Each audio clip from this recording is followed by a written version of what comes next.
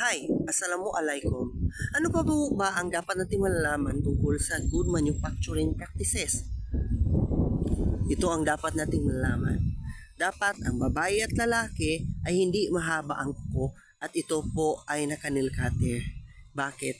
Kasi sa mga kuko po natin ay posible kung mahaba ang kuko ay magkaroon po ito o siyang dahilan na magkaroon ng food contamination ang ating pagkain. Bakit?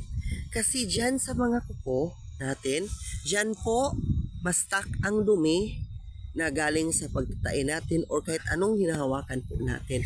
At kung hahawak tayo ng ating produkto, ay masasalin po ang mga iyon. Kaya, hindi lang hugas-hugas ng kamay, kailangan din natin na magkaroon ng malinis na kuko. Dapat po ito ay maiksi at nakaputol. At ito po ay palala sa mga kababaihan at kalalakihan.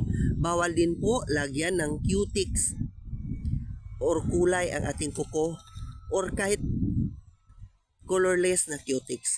Kasi po, ito po ay isa ding food contamination.